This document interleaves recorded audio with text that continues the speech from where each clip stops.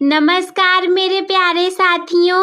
आज के क्लास में हम करेंगे सूरदास के पदों की सबसे मीठी, सुंदर और अत्यंत महत्वपूर्ण व्याख्या को। तो अगर आप भी कक्षा 10 में हैं, हिंदी को पढ़ना है, बोर्ड एग्जाम 2026 देना है और स्पेशली अगर आपको अर्धवार्षिक परीक्षा को भी अटेंड करना है, तो सूरदास के जो पद रहने वाले हैं ये अत्यंत महत्वपूर्ण रहने वाले हैं। तो चलिए बिना आपके समय को बर्बाद किए आज के वीडियो को हम शुरू करते हैं। देखिए जो नाम रहेगा, नाम है पद, जिसे कि लिखा है सूरदास जी ने। तो अब हम इसकी व्याख्या को शुरू करते हैं। सबसे पहला वाला जो पद्यांश आपके सामने है वो कुछ इस प्रकार है।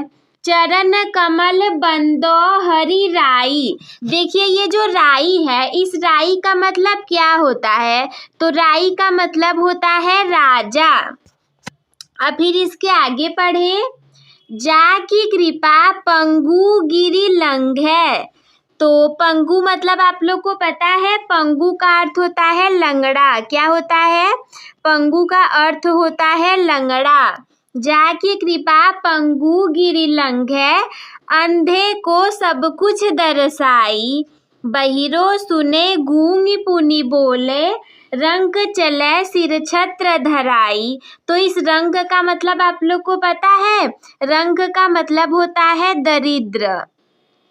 रंग का अर्थ होता है दरिद्र। सूरदास स्वामी करुणा में बार बार बंदो तिहि पाई। पाई, ये जो पाई है इसका मतलब क्या होता है? इस पाई का अर्थ होता है चरण या पैर, जिसे पाय बोलते हैं। पाय को आप चरण बोल सकते हो, पैर बोल सकते हो, तो जो भी आपको कंफर्टेबल लगे। देखिए क्या मतलब है इसका। चरण कमल बंदो हरि राई। तो इसका मतलब ये है कि जो सूरदास जी हैं वो कहते हैं कि मैं उस भगवान के कमल चरणों की वंदना करता हूँ। हे भगवान, आपके जो चरण हैं वो कमलवत चरण हैं, यानी कमल के समान अत्यंत कोमल चरण हैं। और मैं आपके इन चरणों की वंदना करता हूँ। कौन से चरणों की? जा की कृपा पंगु गिरि लंघै, जिसकी कृपा से लंगड़ा व्यक्ति पहाड़ को लांघ जाता है। पंगु का अर्थ होता है लंगड़ा व्यक्ति। जा की कृपा पंगु गिरि लंघै। पंगु का जा की कृपा यानी जिनकी कृपा हो जाने से, पंगु का अर्थ है लंगड़ा व्यक्ति, गिरि लंघै अर्थात पहाड़ को लांघ जाता है। अंधे को सब कुछ दर्शाई। अंधे को अर्थात अंधे व्यक्ति को सब कुछ दर्शाई मतलब दिखाई देना, सब कुछ दिखाई देने लगता है। बहिरो सुने यानी कि बहरा व्यक्ति सुनने लगता है। गूंगी पुनि बोले अर्थात गूंगा व्यक्ति फिर से बोलने लगता है।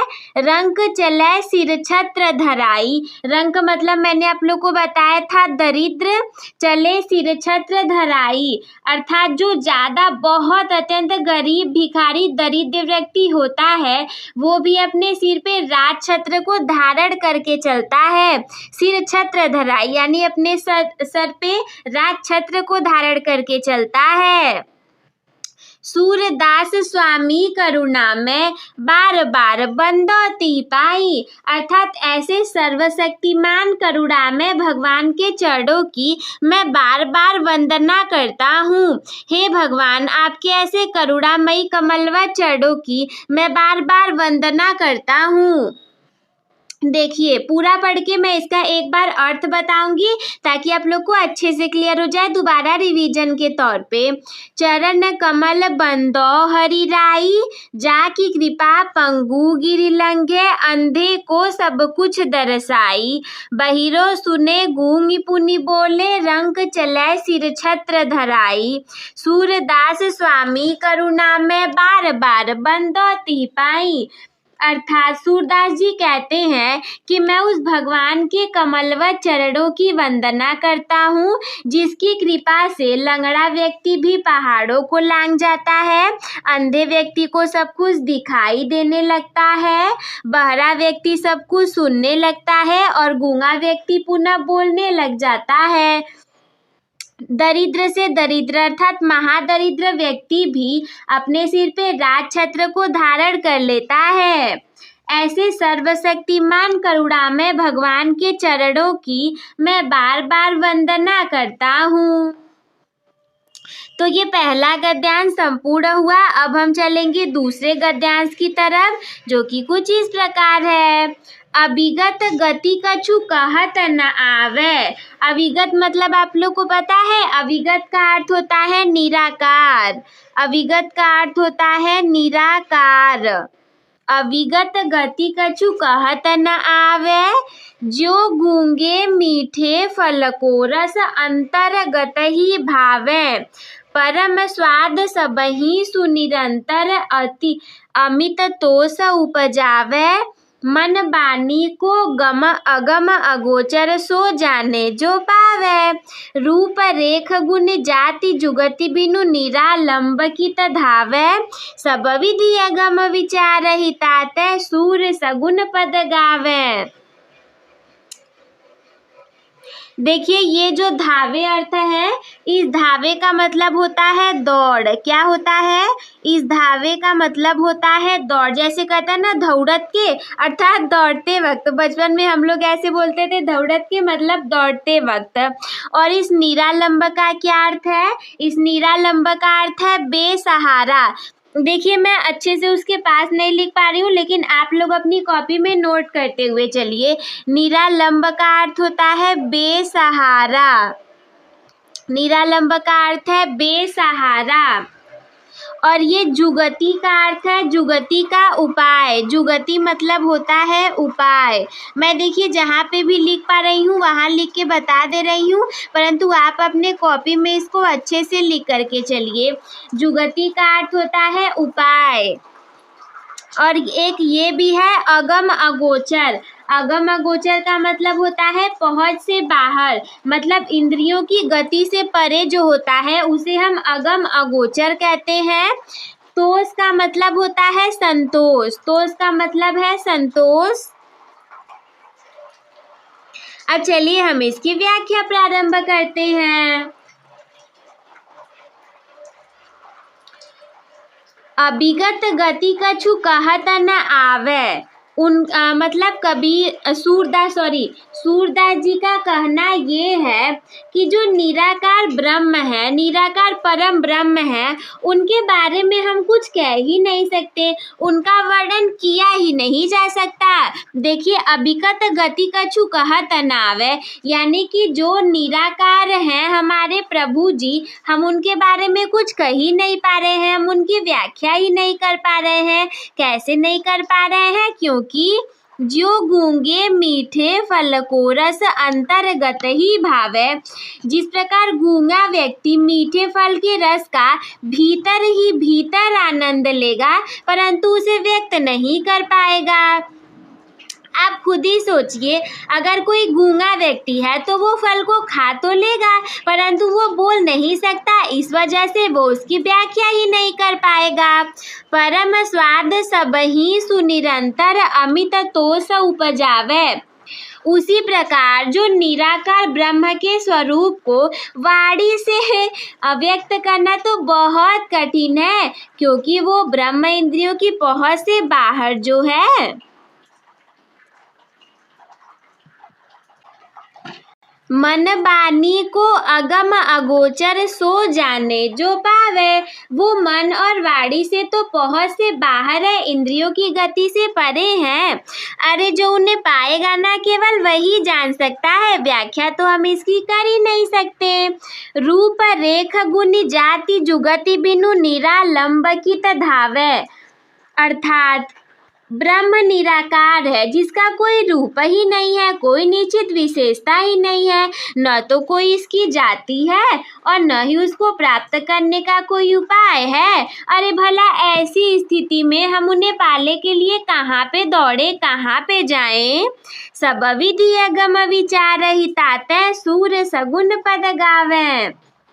इसीलिए जो ब्रह्म है उन्हें निराकार है, यानी कि निराकार ब्रह्म को सब तरह से अगम्य मान करके सूरदास जी ने ये जो लीलाओं का सगुण रूप में लीलाओं को अपने पदों में गाया है। ये सारी चीजें सूरदास ने लिखी है, पद नाम से सारा इसमें उन्हीं का रहेगा।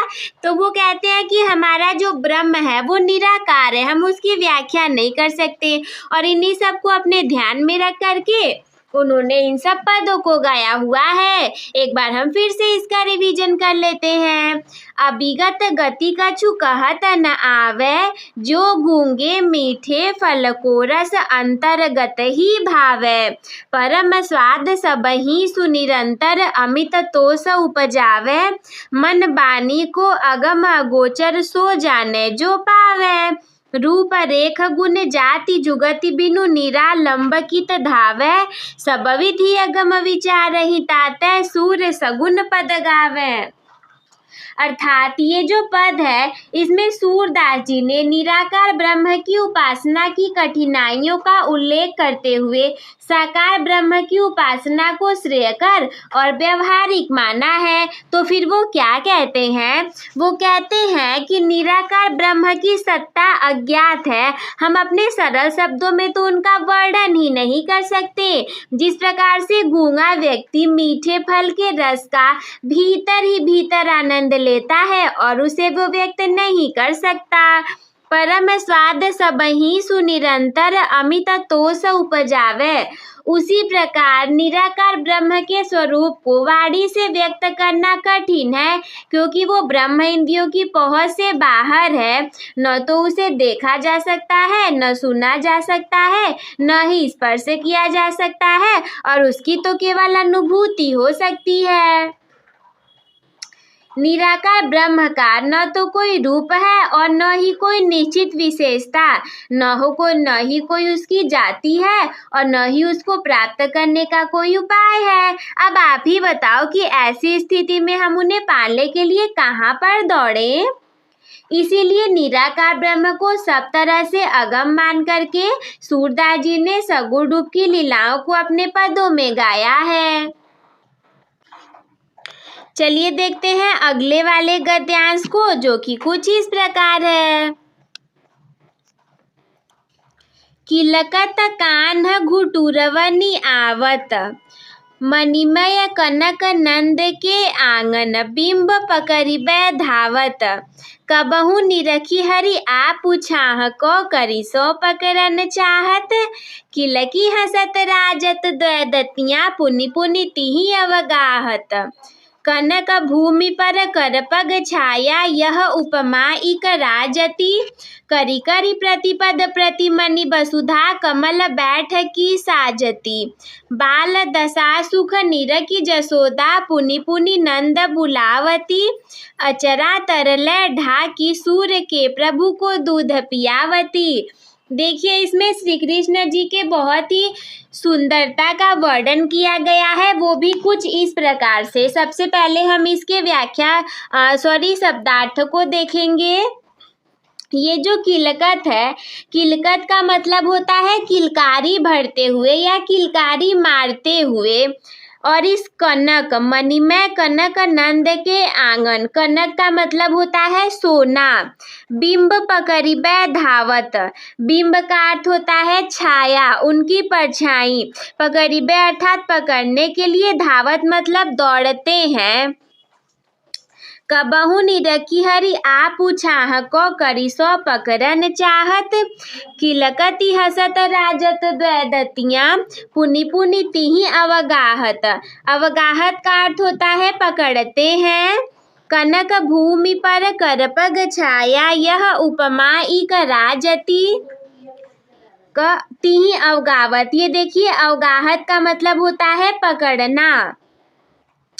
इसके बाद करी करी प्रतिपद प्रतिमनि वसुधा, वसुधा का अर्थ होता है धरती।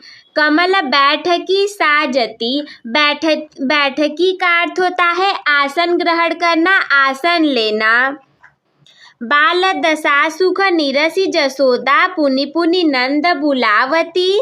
अचरा तरले ढाकी सूर्य के प्रभु को दूध पियावती।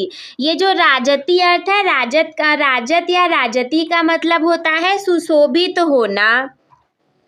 इसके व्याख्या की बात करें, सबसे पहले प्रसंग की बात करते हैं। तो देखिए, ये जो प्रस्तुत गद्यांश है या जो प्रस्तुत कविता है, इसमें श्री कृष्ण के बालपन की सहज स्वाभाविक प्रवृत्तियों का अत्यंत सुंदरता से, सजीवता से वर्णन किया गया है, जिसमें कि बालक श्री कृष्ण जी आंगन में घुटनों के बल चल रहे होते हैं और उसी दृश्य जो है उसी का सूरदास जी वर्णन करते हैं कुछ इस प्रकार से।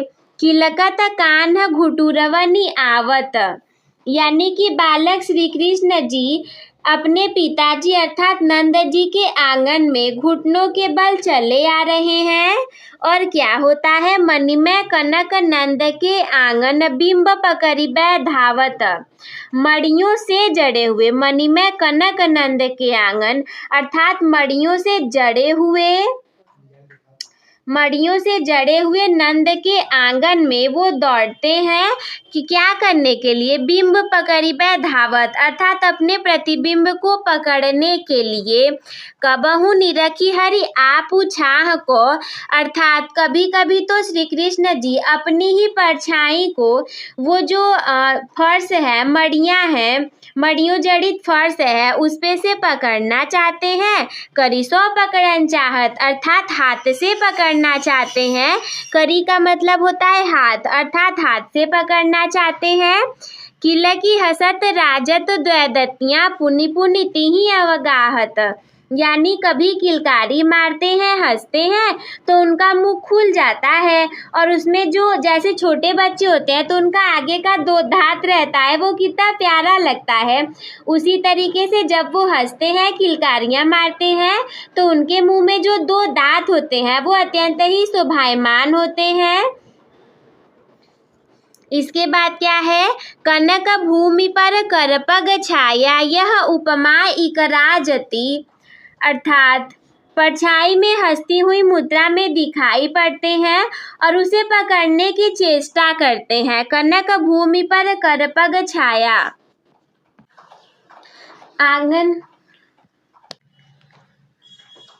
आंगन की स्वर्ण भूमि और मड़ियों पर बालक श्री कृष्ण के कमलवत हाथ और पैरों की छाया पड़ती है। करपग अर्थात हाथ और पैरों की।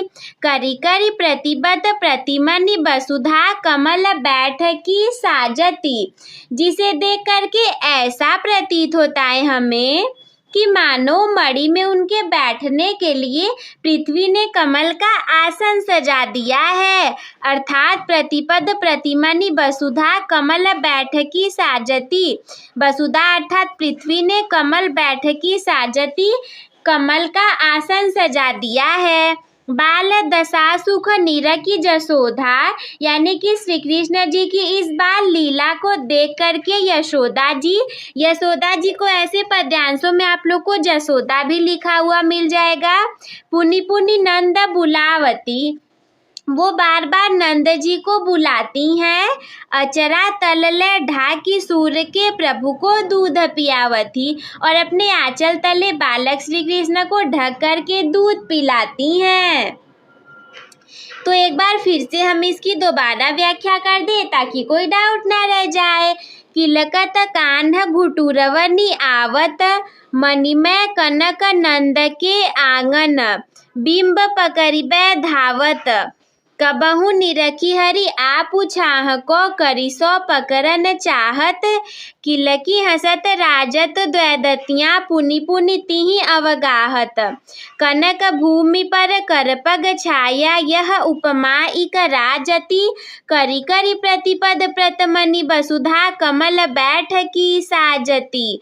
बाल दशा सुख निरखी जसोदा पुनि पुनि नंद बुलावती। अचरा तलले ढाकी सूर्य के प्रभु को दूध पियावती। अर्थात बालक श्री कृष्ण जी स्वर्ण रचित और मड़ियों से जड़े नंद जी के आंगन में घुटनों के बल चल रहे हैं और आंगन और मड़ियों पर बड़े बने हुए अपने प्रतिबिंब को पकड़ना चाहते हैं और पकड़ने के लिए दौड़ते भी हैं। कभी कभी वे अपनी परछाई को, जो कि मड़ियों पर पड़ी है, उसे हाथ से पकड़ना चाहते हैं। कभी किलकारी मारते हैं, कभी हंसने लग जाते हैं, जिससे कि उनका मुंह खुल जाता है और जो दो उनके दांत हैं अत्यंत शोभायमान होने लग जाते हैं।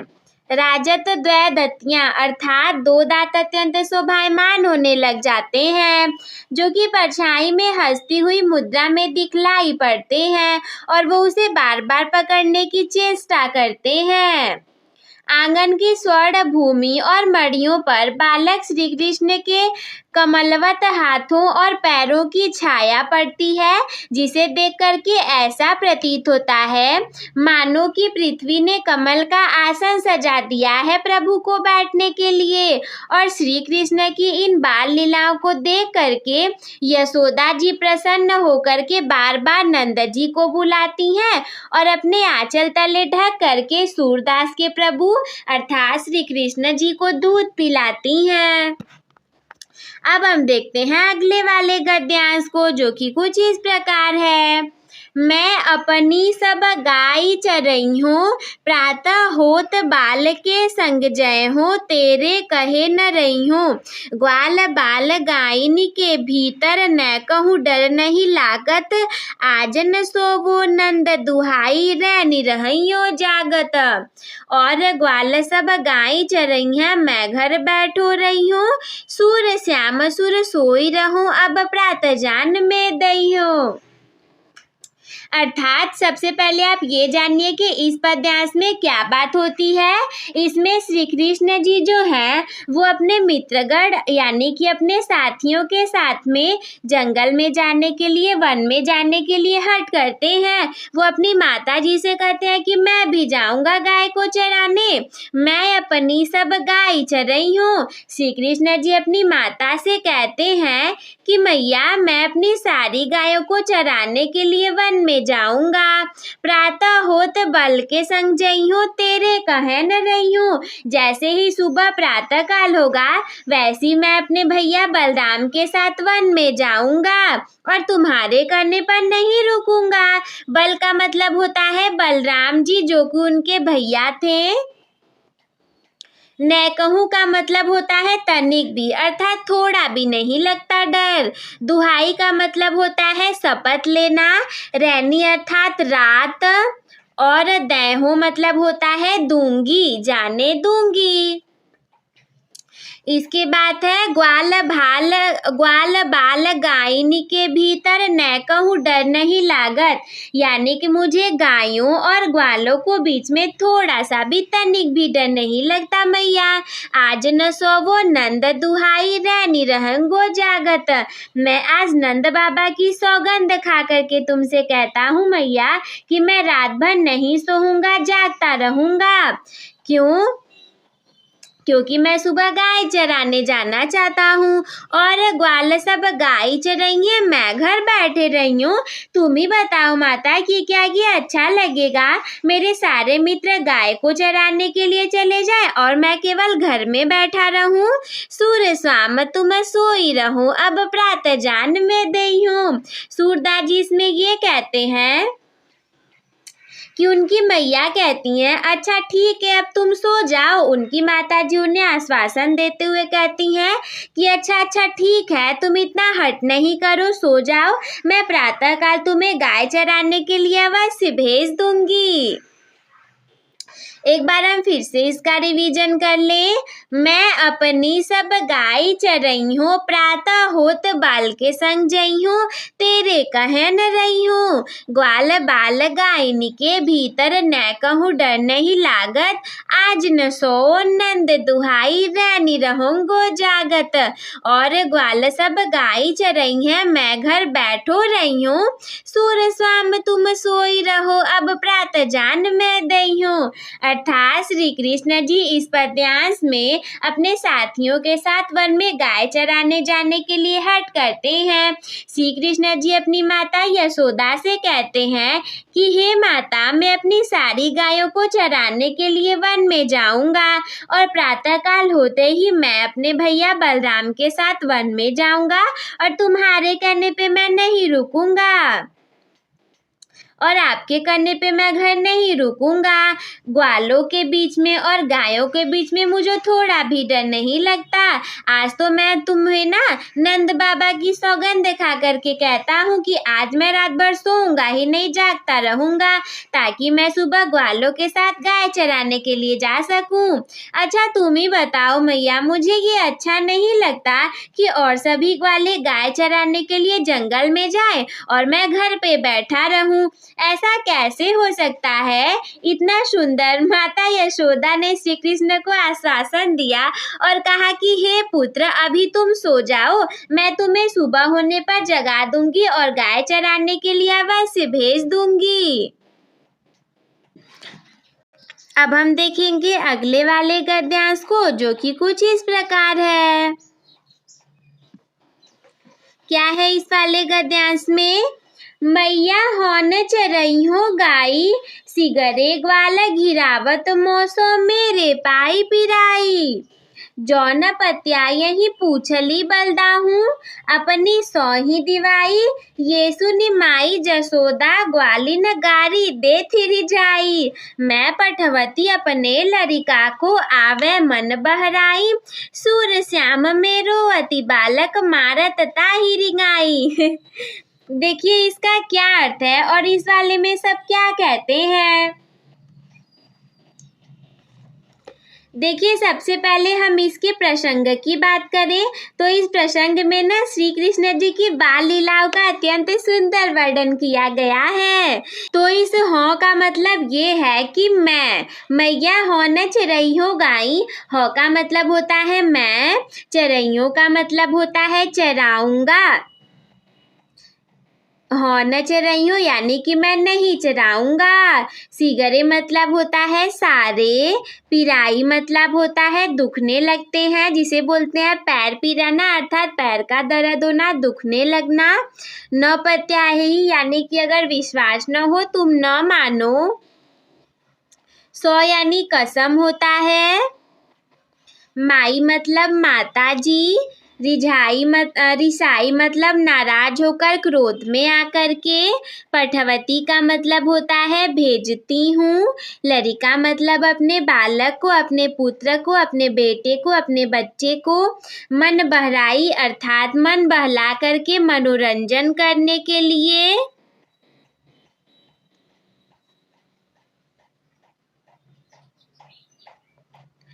तो अब हम इसके व्याख्या की बात करें तो इसमें क्या लिखा गया है। पहले ये जो हमारा पद्यांश है ना, इसमें श्री कृष्ण जी देखिए पिछले वाले पद्यांश में जाने के लिए हट कर रहे थे जंगल में, लेकिन इस वाले में क्या कहेंगे कि श्री कृष्ण जी वन में जो ग्वाल बाल उनके साथ व्यवहार करते हैं उसके संदर्भ में, उसके संबंध में अपनी माता से शिकायत करते हुए कहते हैं कि मैया हौ न चरई हो गाई। हे मैया, अब मैं गाय चराने नहीं जाऊंगा। सिगरे ग्वाल घिरावत मोसो मेरो पाई पिराई। अरे मैं आपको क्या बताऊं, ये सब ग्वाले ना मुझसे ही गायों को घिरवाते हैं और दौड़ते दौड़ते तो मेरे पैर दुखने लगते हैं मैया।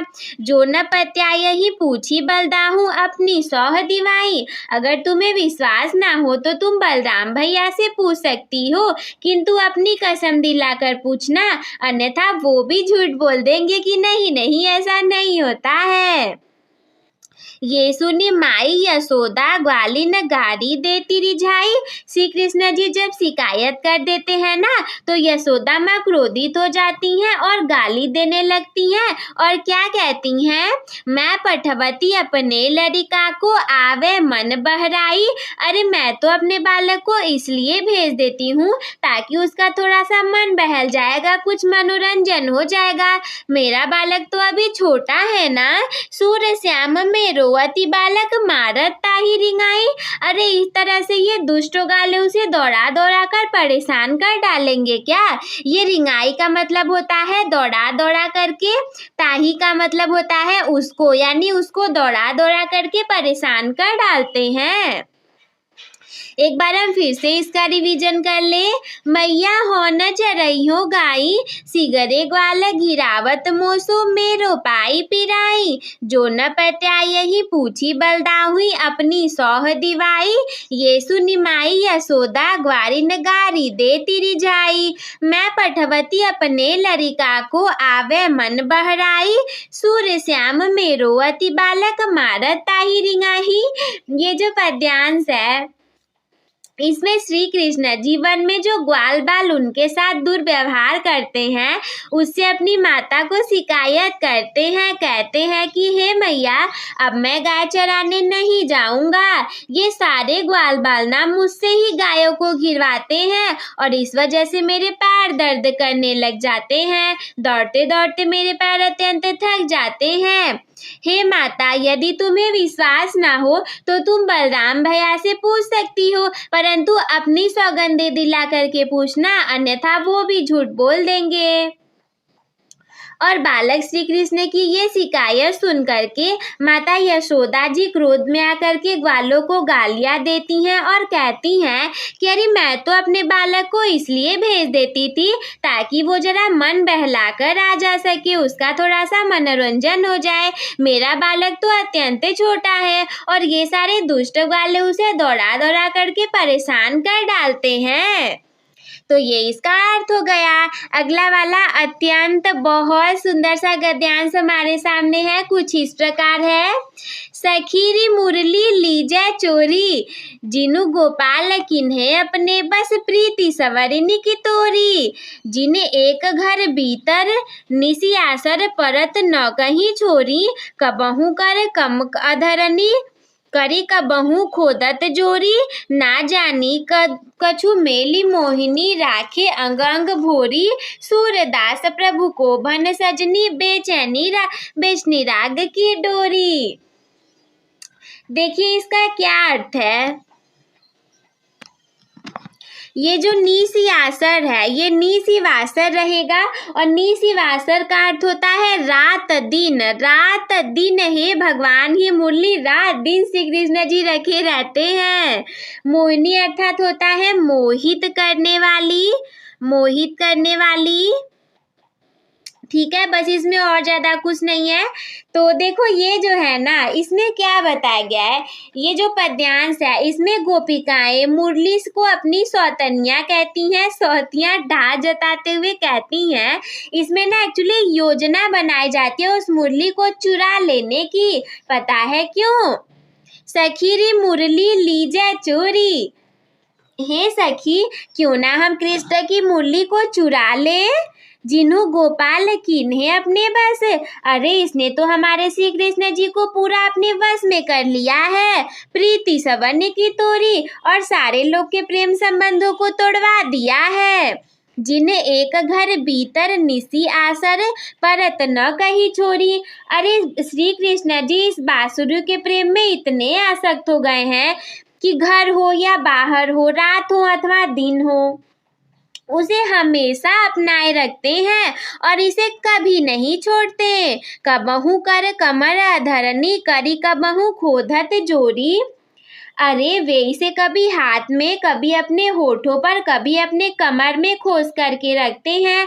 पता नहीं इस वंशी ने न जानी कछु मेली मोहिनी, राखे अंग अंग भोरी। अरे पता नहीं इस मुरली ने ऐसा कौन सा मंत्र फेंक दिया है कि श्री कृष्ण जी के अंग अंग इससे आकर्षित हो गए हैं। सूरदास प्रभु को भन सजनी, बेचनी राग की डोरी। अरे उनका मन उनके प्रेम की डोरी में बंध सा गया है। श्री कृष्ण जी अपनी बांसुरी से कितना प्रेम करते थे, वो उसे हमेशा साथ में रखते थे, होठों पे बजाते थे, हाथों में लिए रहते थे, कमर में खोस करके रखते थे। तो इसी से ना उनकी जो प्रेमिकाएं थी उसे से जलन होने लगी थी उन लोगों को। तो वो इस पद्यांश में कुछ इस प्रकार योजना बनाती हैं। वो उस मुरली को अपनी सौतन बताती हैं कि अरे हमें साथ में रहना चाहिए, तो ये मुरली साथ में रहती है, हम तो इसे चुरा ही लेंगे। सखीरी मुरली ली जय चोरी, जिनु गोपाल किन्हें अपने बस प्रीति सबनी की तोरी। जिन्हें एक घर भीतर नीति आसर, परत न कही छोरी। कबहू कर कमर अधरनी, करी कबहू खोदत जोरी। न जानी कछु मेली मोहिनी, राखे अंग अंग भोरी। सूरदास प्रभु को भन सजनी, बेसनी राग की डोरी।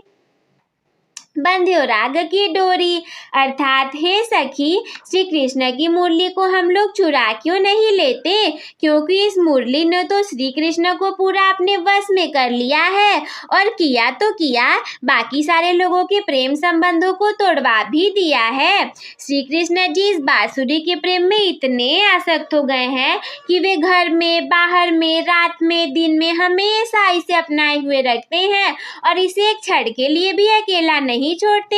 एक क्षण के लिए भी वे इसे अकेला नहीं रखते। वे इसे कभी हाथ में, कभी कमर में, कभी होठों पर और ऐसे ही खोस करके रख लेते हैं। पता नहीं इस बंसी ने ऐसा कौन सा मोहिनी मंत्र फेंक दिया है जिसकी वजह से श्री कृष्ण के अंग अंग इससे आकर्षित हो गए हैं और उनका मन उसके प्रेम की डोरी में बंध सा गया है।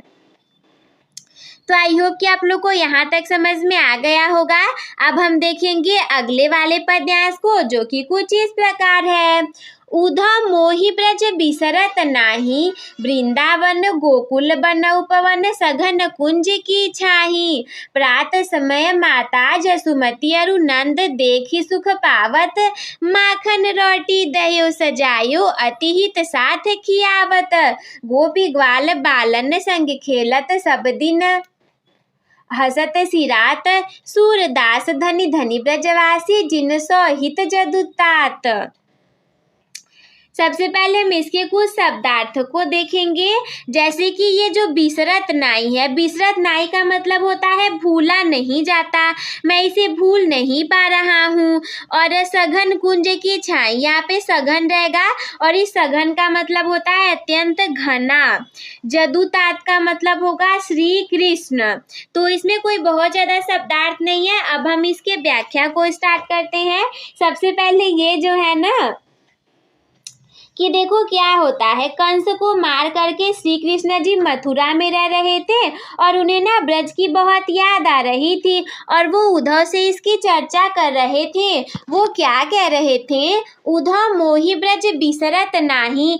हे उद्धव, मुझे ब्रज की बड़ी याद आ रही है और मैं उसे भुलाए से भी नहीं भूल पा रहा। वृंदावन गोकुल बन उपवन, सघन कुंज की छाही। आज मुझे वृंदावन गोकुल के वन वाटिकाएं, घने कुंजों की छाया सभी के सुख सता रहे हैं। प्रातः समय माता जसुमती और नंद, देखी सुख पावत। प्रातः काल में मैं यशोदा माता और नंद जी को दर्शन को देख करके अत्यंत ही आनंद को प्राप्त करता था। माखन रोटी दयो सजायो, अति ही साथ खियावत। और यशोदा माता जी ना मुझे माखन रोटी और दही को सजा करके अत्यंत ही प्रेम से मुझे खिलाती थी। गोपी ग्वाल बाल संग खेलत, सब दिन हसत सिरात। मैं नित्य गोपियों ग्वालों के बच्चों के साथ खेल करके सारा दिन व्यतीत किया करता था। सूरदास धनी धनी ब्रजवासी, जिनस्यो हित जदुतात। सूरदास जी कहते हैं कि ब्रजवासियों का जीवन तो धन्य है, जिनके साथ श्री कृष्ण भगवान जी इतना स्नेह रखते हैं। एक बार हम इसका फिर से रिवीजन करें। उधा मोहि ब्रज बिसरत नाही, वृंदावन गोकुल बन उपवन, सघन कुंज की छाही। प्रात समय माता जसुमती अरु नंद, देखी सुख पावत। माखन रोटी दयो सजायो, अति ही साथ खियावत। गोपी ग्वाल बाल संग खेलत, सब दिन हसत सिरात। सूरदास धनी धनी ब्रजवासी, जिनसो हित जदुतात।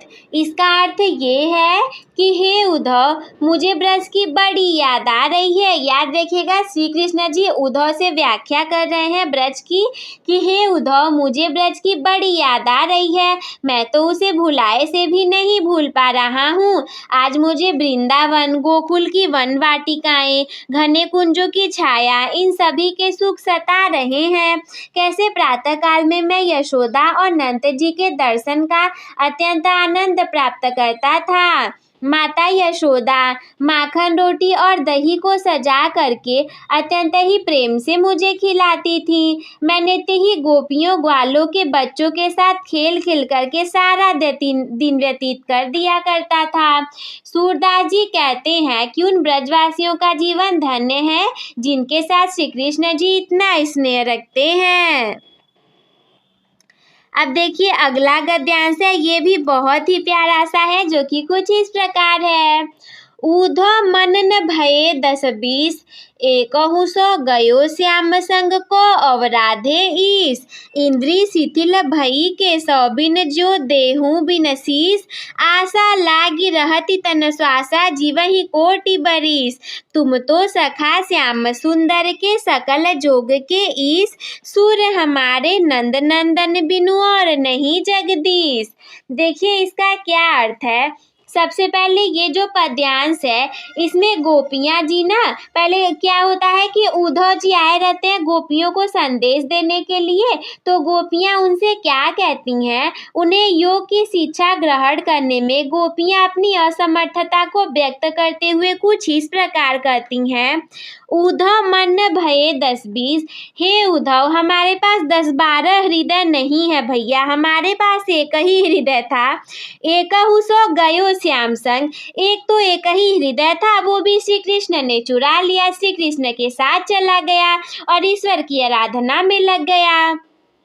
को अवराधेश, और अब हम कौन से हृदय से तुम्हारे निराकार ब्रह्म की उपासना करें। हमारे पास तो एक ही हृदय था, वो भी श्री कृष्ण के साथ चला गया। इंद्री शिथिल भई के सौ बिन जो देहु बिन शीस। अरे हमारी इंद्रियां तो कुछ इस प्रकार शिथिल हो गई हैं जैसे कि बिना सर के धड़ हो गया हो। आशा लागी रहती तन श्वासा जीवहि कोटि बरिस। श्री कृष्ण के आगमन की आशा में शरीर से श्वास अटकी हुई है और इस हालत में करोड़ों वर्षों तक हम जीवित रह सकेंगे कि हाँ वो जरूर वापस आएंगे।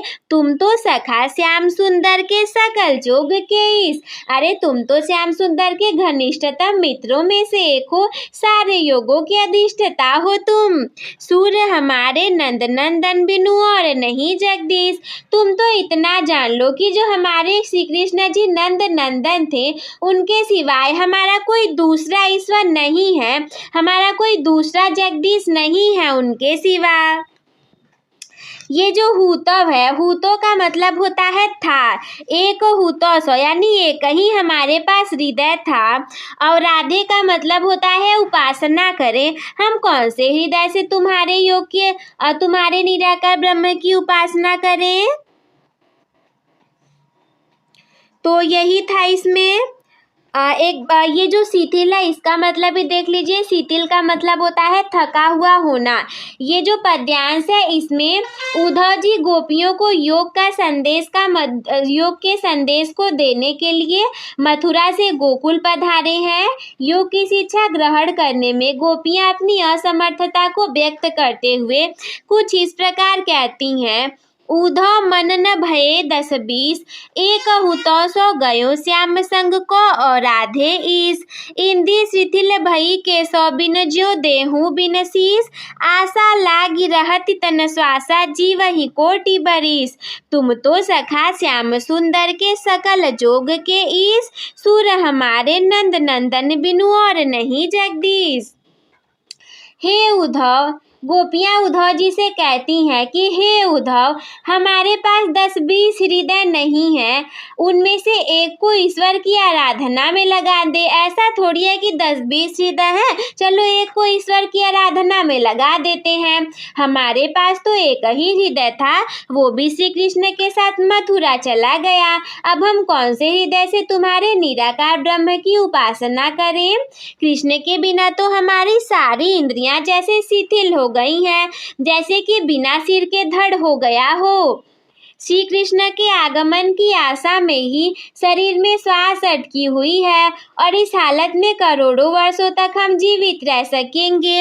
हे उद्धव, तुम तो श्री कृष्ण के घनिष्ठतम मित्र हो ना, तुम तो सारे युगों की अधिष्ठाता हो, तो तुम इतना तो जरूर जान लो कि हमारे श्री कृष्ण नंद नंदन के बिना हमारा और कोई दूसरा ईश्वर नहीं है।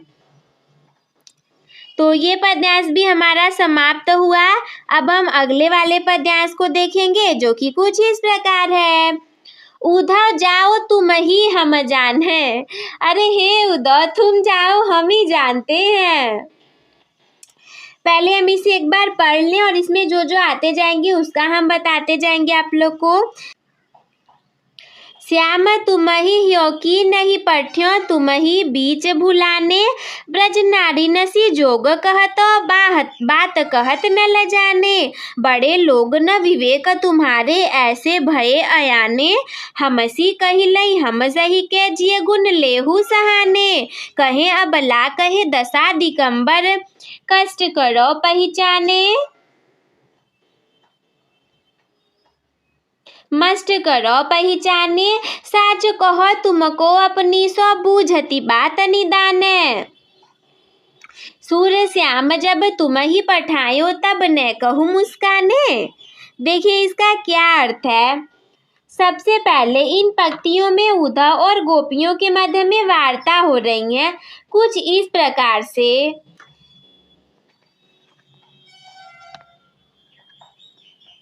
उद्धव जाहु तुम ही हम जाने। देखो ब्रज की गोपिकाएं जो हैं वो उद्धव जी से कहती हैं कि हे उद्धव, तुम्हारी चाल को हम समझ गए हैं। श्याम तुम ही हो कि नहीं पठ्यो, तुम्ही को बीच भुलाने। श्री कृष्ण ने तो आपको यहाँ के लिए कदापि नहीं भेजा होगा, अरे तुम ही बीच में भुलवा देने के लिए पहुँच गए हो। ब्रज नारी सी जोग कहत हो, बात कहत न ल जाने। अरे तुम ब्रज की बालाओं से योग साधना की बात करते हो, क्या तुम्हें ऐसी बात करने में शर्म नहीं आती? बड़े लोग न विवेक तुम्हारे, ऐसे भय सजाने। अरे आप तो सयाने तो जरूर हैं, लेकिन विवेक से शून्य लगते हैं, क्योंकि आप अविवेकपूर्ण बातें कर रहे हैं। हमसी कहीं लई हम सही के, जिय गुण लेहु सयाने। अरे आपने जो कुछ भी हम लोगों से कहा, हम लोगों ने उसे सह लिया। कहे अबला कहे दशा दिगंबर, मस्त करो पहचाने। लेकिन आप स्वयं अच्छी तरह से विचार करके देखिए कि आप कहाँ तक उचित हैं। साच कहो तुमको अपनी, सो बूझती बात निदान। हम लोग स्त्री हैं, हम अपने योगियों की तरह रहने का संदेश दे रही हैं। इस स्थिति को भला हम सभी कहाँ तक अपना सकती हैं? आप शांत हो जाइए। अच्छा, अब आप सच सच बताइए कि क्या आपको हमारी सौगंध है? क्या साच साच कहो, अरे तुम सच बताओ, तुम्हें हमारी सौगंध है? क्या श्री कृष्ण जी ने तुम्हें यहाँ के लिए भेजा था? सूर्य श्याम जब तुम ही पठायो, तब न कहूँ मुस्काने। जब श्री कृष्ण जी ने आपको यहाँ के लिए भेजा था तो क्या वो तनिक भी मुस्कुराए नहीं थे?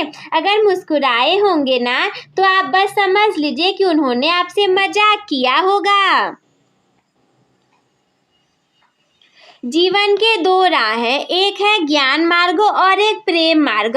कोई भी व्यक्ति इन दोनों में से केवल एक ही राह पर जा सकता है। अगर आप सोचोगे कि हम प्रेम राह पर जाना चाहें और ज्ञान मार्ग की उपलब्धि होगी तो ऐसा कदापि नहीं होगा, और यदि आप ज्ञान मार्ग पर जाना चाहें तो प्रेम मार्ग को आप नहीं पा सकते। तो इसीलिए देखिए इसमें जो है वहाँ की बालाएं वो तो प्रेम मार्ग पर चल पड़ी हैं और इसीलिए उन्हें ज्ञान मार्ग की कोई आवश्यकता आवश्यकता नहीं, ना ही वो उस पर चल सकती हैं। तो वो इसमें कहती क्या है, उधव जाओ तुम ही हम जाने, श्यामहु तुम ही ह्यो कि नहीं पठियो तुमको ही बीच भुलाने। ब्रजनारिन सी जोग कहत हो, बात कहत न ल जाने। अरे बड़े लोग न विवेक तुम्हारे, ऐसे भय अयाने। हम असी कही लई हम सही के जिय, गुण लेहु सयाने। कहे अबला कहे दशा दिगंबर, मस्ट करो पहचाने। साच कहो तुमको अपनी सो, बूझती बात निदाने। सूर श्याम अब तुम ही पठायो, तब नैतक मुस्काने।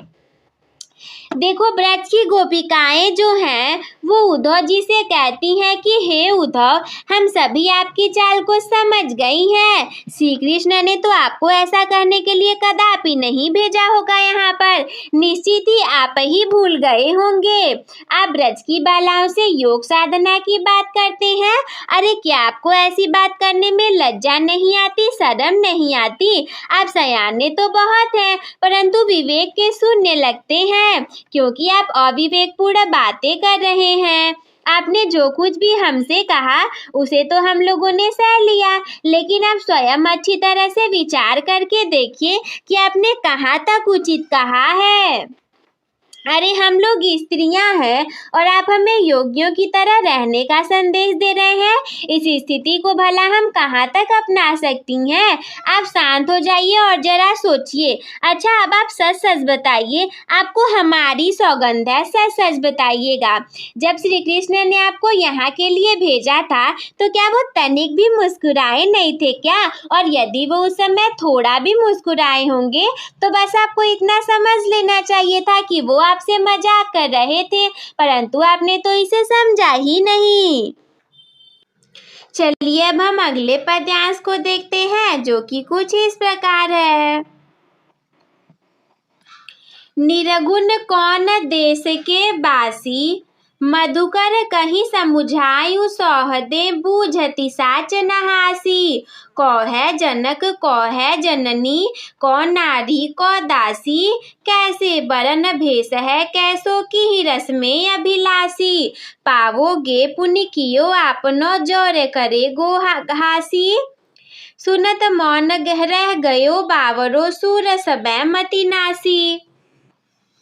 देखिए ये वाला जो पद्यांश है इसमें जो गोपिकाएं हैं वो उद्धव जी से निर्गुण ब्रह्म के स्वरूप और व्यक्तित्व के संबंध में कुछ प्रश्नों को पूछती हैं।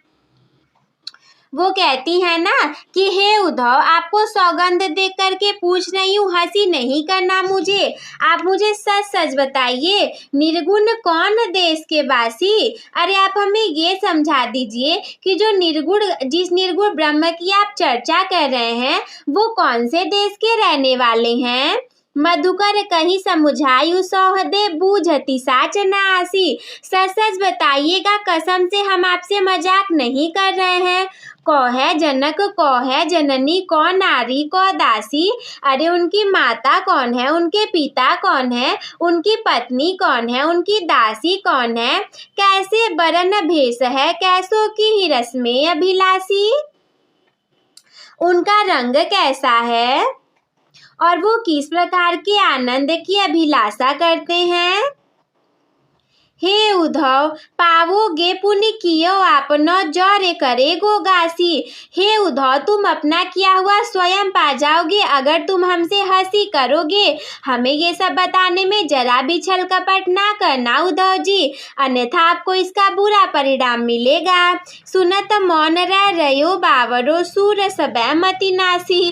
गोपिकाओं के इन प्रश्नों को सुन करके उद्धव जी बावले से होकर के चुप हो गए। मालूम तो ऐसा पड़ रहा था कि जैसे उनका संपूर्ण विवेक ही नष्ट हो गया हो।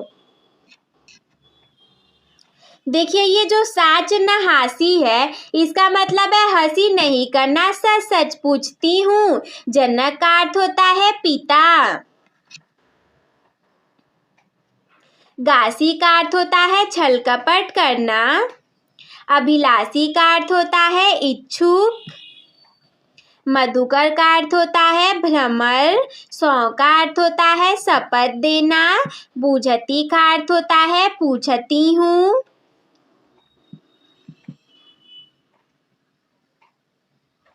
बस ये तो हो गया। ये जो बावरो है इसका मतलब है पगला।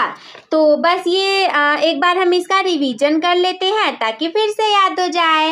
निर्गुण कौन देश के बासी, मधुकर कहीं समुझायु सौहदे, बूझति साच नहासी। कौह जनक कौह जननी, कौ नारी कौ दासी, कैसे बरन भेष है कैसो की रस में अभिलाषी। पावोगे पुनि कियो आपनो, जौरे करे गोगासी, सुनत मौनवे रह्यो बावरो, सूर सबे मति नासी।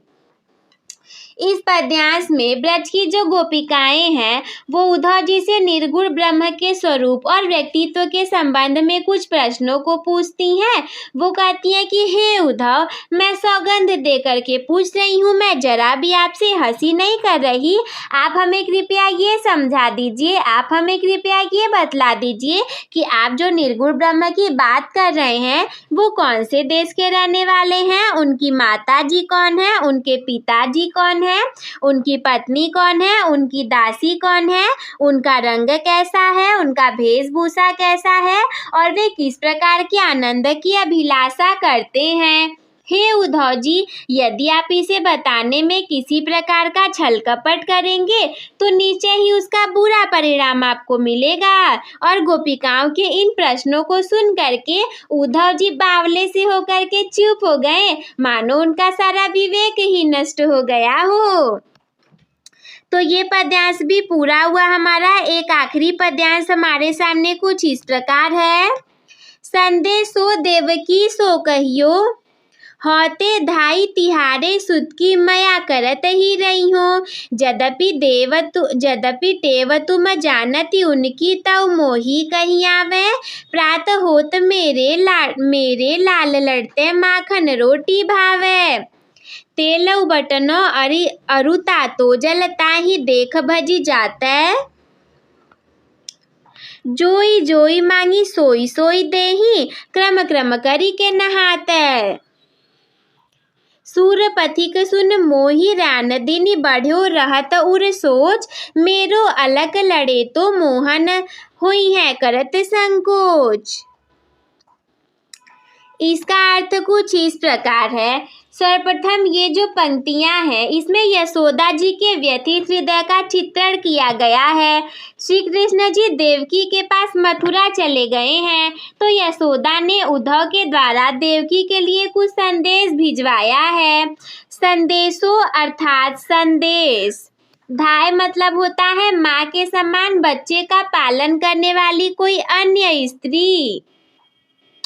टेव मतलब होता है आदत। भावे मतलब होता है अच्छा लगना। तातो मतलब होता है गरम। तातो मतलब गरम। और इसके बाद और कोई देख लें अगर इसमें हो तो। क्रम क्रम का अर्थ होता है धीरे धीरे से। अलग लड़े तो मतलब अधिक प्यारा। तो इसके शब्दार्थ को तो हमने देख लिया, अब हम इसके अर्थ को देखते हैं।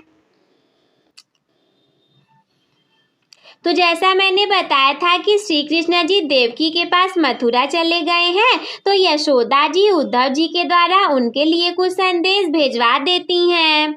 वैसे तो श्री कृष्ण जी देवकी के गर्भ से उत्पन्न हुए थे, परंतु उनका लालन पालन पोषण यशोदा जी के द्वारा हुआ था और इसीलिए जब वो श्री कृष्ण जी के मथुरा चले जाने पर यशोदा जी अत्यंत व्यथित हो गई थी और उन्हें ऐसा प्रतीत हो रहा था कि पता नहीं देवकी जी श्री कृष्ण जी का पूरा ध्यान रख भी पाती होंगी अथवा नहीं।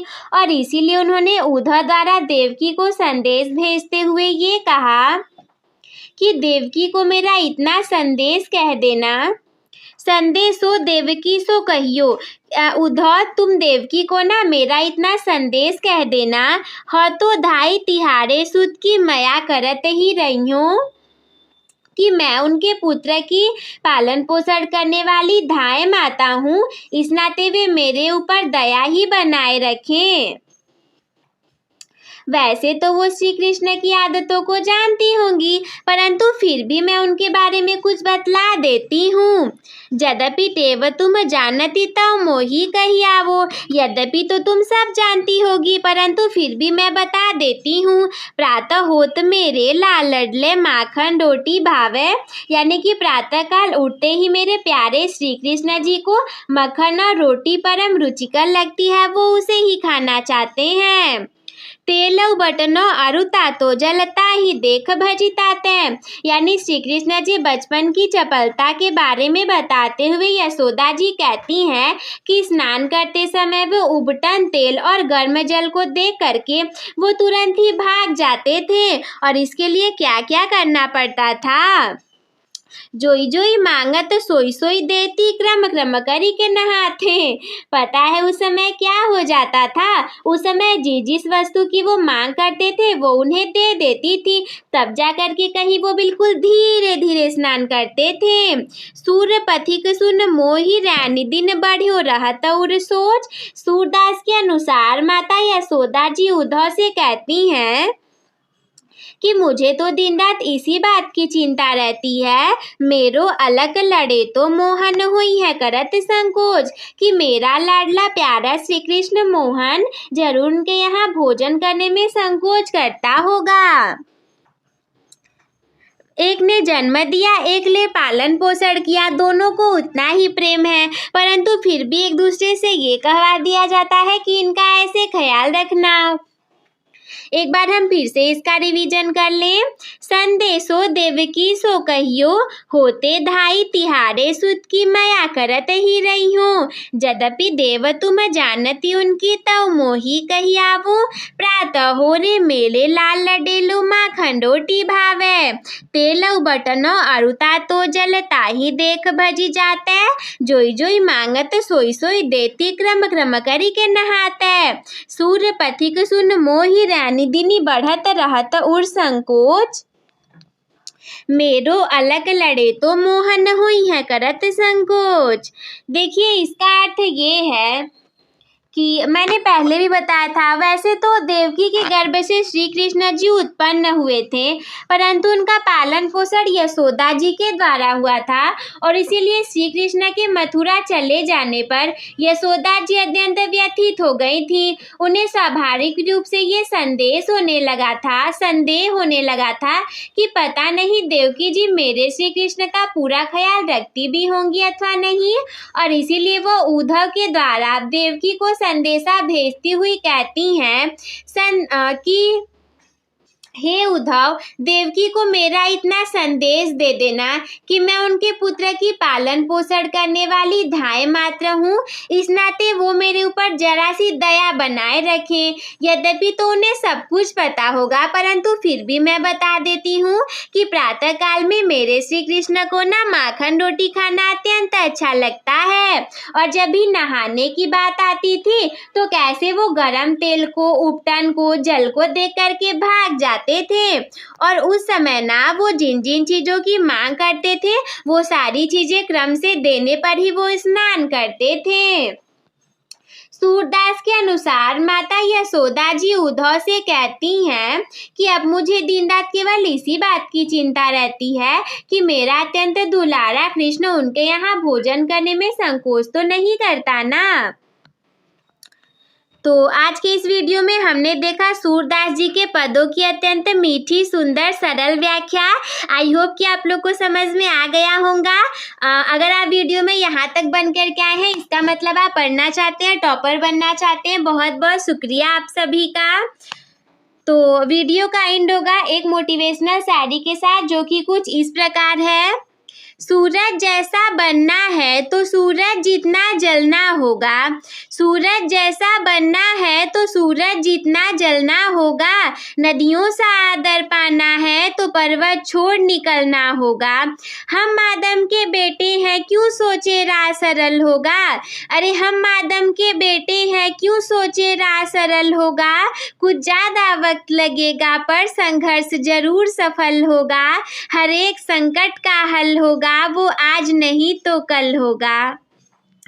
तो बस मेरे प्यारे साथियों, आज के इस वीडियो में इतना ही। हम मिलते हैं आपसे किसी अगले वीडियो में। तब तक के लिए धन्यवाद। हंसते रहिए, खेलते रहिए, मुस्कुराते रहिए। आप सभी स्वस्थ रहिए, व्यस्त रहिए, मस्त रहिए।